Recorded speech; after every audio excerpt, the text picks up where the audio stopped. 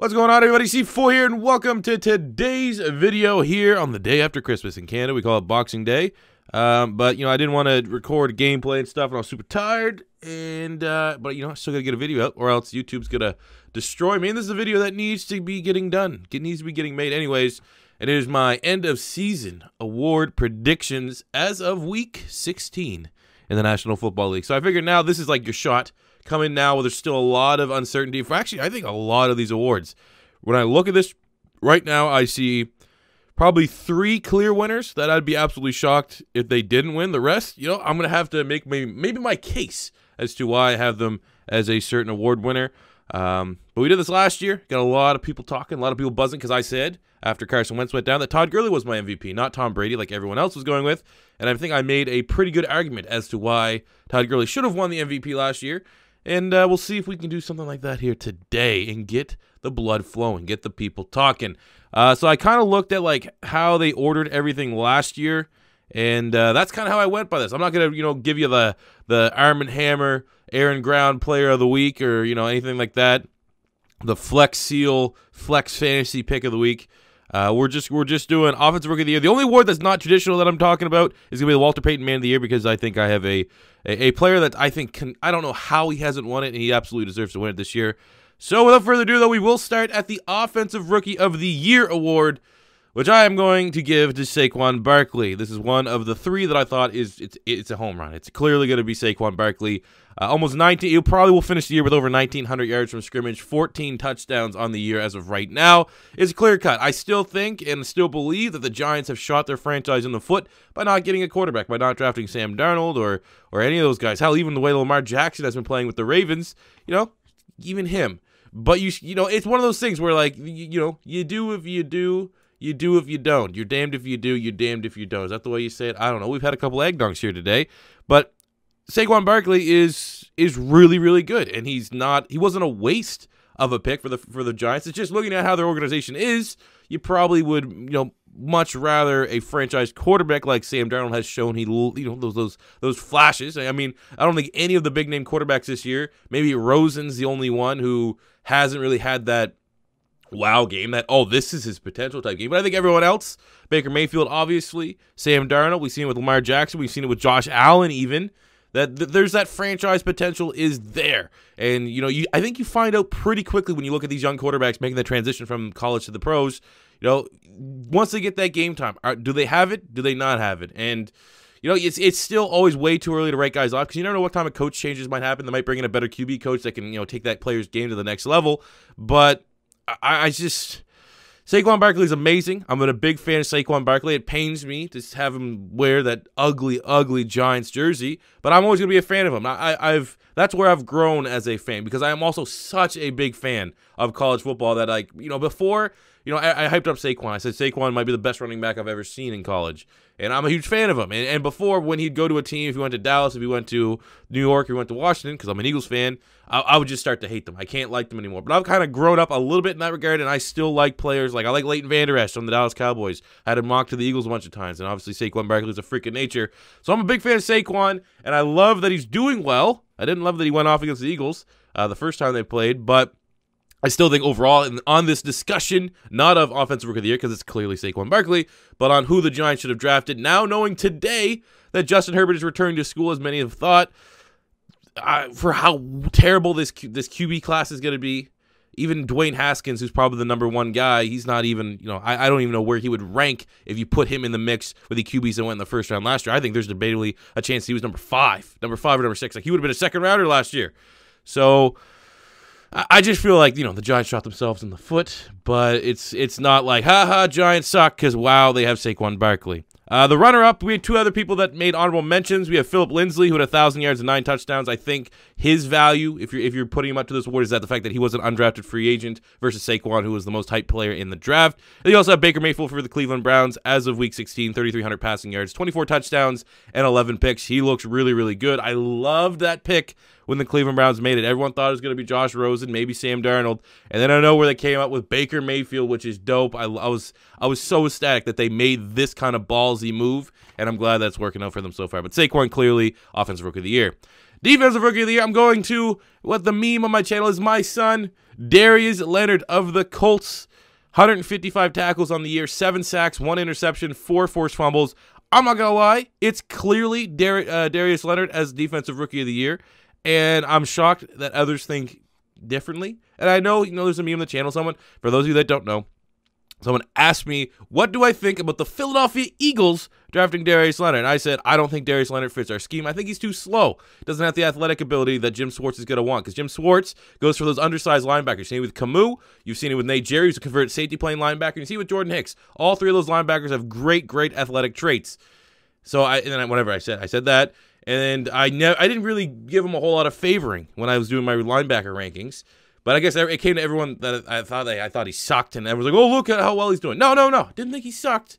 Just underrated him a little bit and didn't think he was a good fit for my Eagles. Anyways, he liked one of my tweets as probably like pre-draft, look at all the doubters, I'm going to like him. And he had the kind of year that he did. So I am firmly in belief that I'm the sole reason why Darius Leonard had the type of year that he did for the Colts. So you're welcome, Colts fans.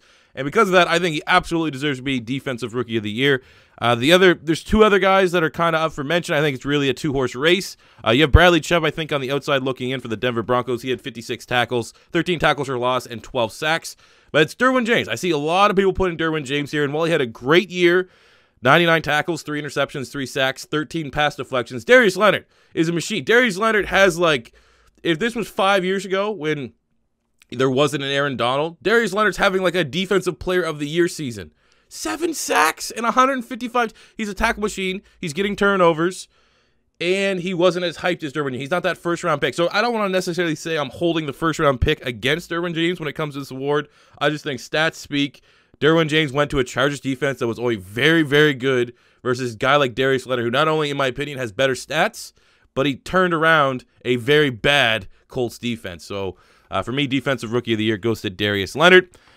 Going to Comeback Player of the Year, here's where I have Andrew Luck, the quarterback of the Indianapolis Colts, 4,300 yards, 36 touchdowns, and 14 TDs. Coming off of, he just didn't play last year. We never knew if he was going to play again or not. And I think because of that, because of the severity of his injury, he gets the award for me. Clearly, the other runner is J.J. Watt, who has 57 tackles, 18 TFLs, 14.5 sacks, 6 forced fumbles. I don't think you can go wrong with either one of these guys for Comeback Player of the Year. I just kind of look at the severity of the injury, the importance of the position, and I'm going to give it to Andrew Luck. It's probably going to go to J.J. Watt because he is one of the faces of the league, and I don't think you're going to say Andrew Luck was robbed, but it is clearly for this one a 2-horse race, and I give the slight edge to Andrew Luck for the severity of the injury, the size of the comeback, if you will. So moving on to Offensive Player of the Year, I'm giving it to Todd Gurley. Todd Gurley has 1,800 yards from scrimmage this year and 21 touchdowns. And if you've had Todd Gurley in fantasy, if you've played against Todd Gurley in fantasy, you might have gone out of your way to watch the Rams play. He probably has left 4 TDs on the board. He'll just fall down the 1-yard line to end the game or anything. He's been playing with a very, very high IQ and not helping out with his fantasy football owners. So I think he could have definitely more. I know for a fact off the top of my head there's 2 times that he just fell down rather than scoring a touchdown. It's clear. Yeah, I think it clearly is Todd Gurley. It's again another year that he unfortunately has a quarterback that's going to go over him. I think this year the quarterback deserves to go over him. I thought he should have won the MVP last year, but huge year from Todd Gurley, and for me, I think he's clearly the Offensive Player of the Year. I think the only other player you could look at that's not him, I mean, Drew Brees will get some recognition, but we'll talk about Drew Brees when it comes to the MVP race. I think looking outside of that, I mean, Zeke had an all-right year, but I think Antonio Brown might have a shot. 104 catches, 1,300 yards, and 15 touchdowns. But Todd Gurley, for me, is getting the award. Defensive Player of the Year, we are staying in L.A., and it's going to Aaron Donald. Surprise, surprise. 55 tackles, 24 tackles for loss, 19.5 sacks, 4 forced fumbles, and he still has a game to go. So he has a shot against, I think they're playing the 49ers, of breaking the single-season sack record. So, Aaron Donald's super, super scary, and he's one hell of a player, and I think it's clear.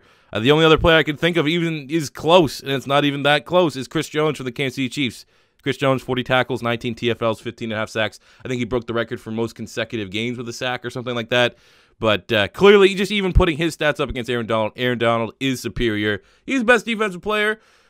He's one of those things. Is Aaron Donald right now better than J.J. Watt 4 years ago? I don't know. But, we're living in a great timeline where we get to see 2 of the greatest defensive players in the history of football light it up. Moving to Coach of the Year, I think it is, again, one-horse race in this one. It is going to be Matt Nagy of the Chicago Bears, 11-4. Now, I do kind of feel that, I'm not a good barometer for Coach of the Year because I thought last year, clearly, so clearly that I can't even describe. It was Doug Peterson's award, and they gave it to McVay, that I would not be surprised if Matt Nagy, who essentially has done less than what Doug Peterson did last year, is going to get robbed of this award by some other popular coach. Like, they'll give it to Andy Reid for what he did with Patty Mahomes, or they'll give it back to McVay for the adversity that he had to overcome as the Rams coach yet again. You know what I'm saying? It's ridiculous. So, Coach of the Year, I don't know what the hell they look for. I'm not going to turn this into a rant about why Doug Peterson got absolutely robbed from the Coach of the Year award last year. But when I look at Matt Nagy, he completely revitalized that Chicago Bears offense. He was able to make Mitchell Trubisky take that next step in his career. I don't think Mitchell Trubisky is where he needs to be right now, or is I don't even know if I can rank him as a top 10 quarterback. I think he's definitely on the outside looking in right now to that top 10. But we saw QB development. We saw the offense play much better than what it has, and obviously Vic Fangio was able to elevate that defense. Getting Khalil Mack was massive, but I think all things considered, considering like the difficulty of that division on paper, you have Aaron Rodgers and the Packers. You have the Minnesota Vikings, who were so close to winning last year. I mean, so close. I mean, you say that thinking that their final game was, against the Saints, where they got that lucky thing, and then they just got absolutely smoked by the Eagles. But, sorry, I had to get that in there. But I think it's Matt Nagy and the Bears for Coach of the Year. Moving to Walter Payton Man of the Year. Hey, how is it not Chris Long? He's giving all of his salary the last 2 years to charity. No other player's doing that. Chris Long, clearly Walter Payton Man of the Year. If he doesn't win, then again, it's a publicity stunt, which, I mean, clearly is. But, Chris Long has to win the Walter Payton Man of the Year. And then for the moment you've all been waiting for, my MVP pick. And it's going Patrick Mahomes. Patrick Mahomes clearly, for me, is the MVP. Unless Aaron Donald, this is recorded week 16, unless Aaron Donald goes out, gets like 4 or 5 sacks, something crazy like that against the 49ers, which is not completely impossible, Patrick Mahomes is my vote. 4,800 passing yards. He has 50 total touchdowns on the year, 48 passing, 2 rushing, and 11 interceptions. It's a freak. I think if you get 50 touchdowns, that should be the automatic. You cross that 50 mark, you get the award. You get the award. He's been incredible. And, the only thing I think you can hold against Patrick Mahomes is every time it feels like they play a really, really good team, the Chiefs lose. But I think that's much more on the defense than it is Patrick Mahomes. You watch all those games, especially like you think about the Rams game where Mahomes had interceptions. Well, he had to force a bunch of throws because his defense did not have a chance in hell of stopping the Rams. You see against the Seahawks, when they lost against Seahawks, you saw just their defense could not do anything against the run to stop Russell Wilson. That was just last week, actually. So I actually think it's Patrick Mahomes by a decent amount, unless Aaron Donald has just a career game or something like that, week 17 against the Niners. With that being said, Donald is my runner-up. I have Todd Gurley at 3 and Drew Brees at 4. I know a lot of people are putting Drew Brees as their MVP. No!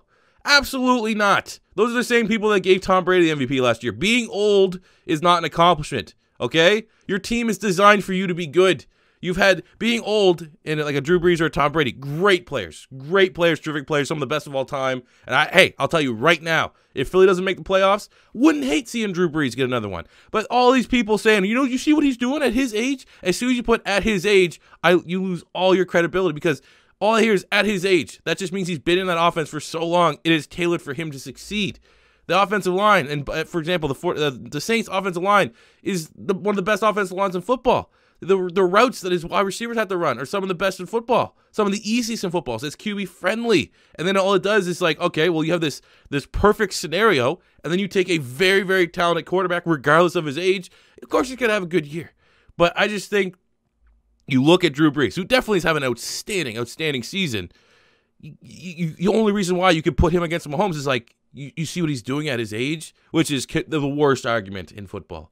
Being old is not a factor for winning an award, okay? So with that being said, yeah, Patrick Mahomes is my MVP. So a quick rundown. Offensive Rookie of the Year, Saquon Barkley. Defensive Rookie of the Year, Darius Leonard. Comeback Player of the Year, Andrew Luck. Offensive Player of the Year, Todd Gurley. Defensive Player of the Year, Aaron Donald. Coach of the Year, Matt Nagy. Walter Payton Man of the Year, Chris Long. And MVP, Patty Mahomes. So those are my award predictions here on the day after Christmas. Hopefully we get some people talking. Let me know in the comment section below who you think are going to win some of these awards. Do you agree or disagree with some of my selections? Let me know. As always, your first time stopping by, don't be afraid to hit that subscribe button. We're trying to crush 80,000 subs on the channel before the new year. So, hey, share the video, help my channel out. And until next time, guys, it's C4 saying peace out.